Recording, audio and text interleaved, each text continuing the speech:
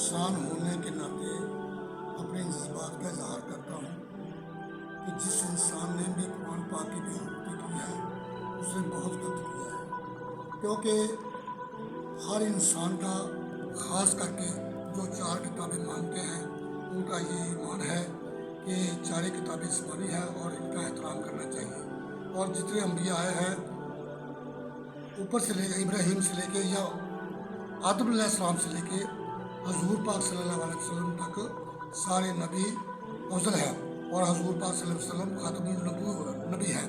یہ تو عیسائی بھی اس چیز کو مانتے ہیں، لیکن میں یہ سوچتا ہوں کہ جس انسان نے یہ حرکت کی ہے کم سے کم وہ یہ تو سوچے کہ قرآن پاک میں کتنی جگہ پر سورۃ مریم کا ذکر ہے اور مریم علیہ السلام عیسیٰ علیہ السلام کا ذکر ہے۔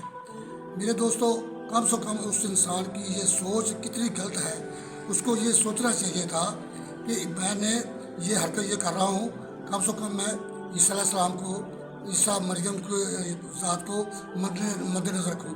اس کے علاوہ اور انبیاء کرام کے بھی کافی ذکر ہے کہ حضور پاک صلی اللہ علیہ وسلم کا اکیلا نام تو نہیں نا اس میں، اور نبیوں کا نام بھی ہے۔ کیا یہ لوگ ان نبیوں کو نہیں مانتے؟ میں تو بڑے افسوس کے ساتھ کہتا ہوں کہ یہ پھر انسان نہیں، انسان کے نام پر ایک دھپا ہے۔ بہت غلط کرتے ہیں، بہت غلط کیا ہے اس نے۔ میں اس کی پرزور محمد کا مذمت کرتا ہوں، پرزور پورے دل کی گہرائیوں سے مذمت کرتا ہوں۔ انسان ہونے کے ناطے، مسلمان ہونے کے ناطے میں اس چیز کی بہت زیادہ مذمت کرتا ہوں، کیونکہ میرے جذبات ہیں۔ میں جذباتی ناطے اور انسانی ناطے یہ کہنا چاہتا ہوں کہ جو کچھ بھی ہوا ہے یہ غلط ہوا ہے۔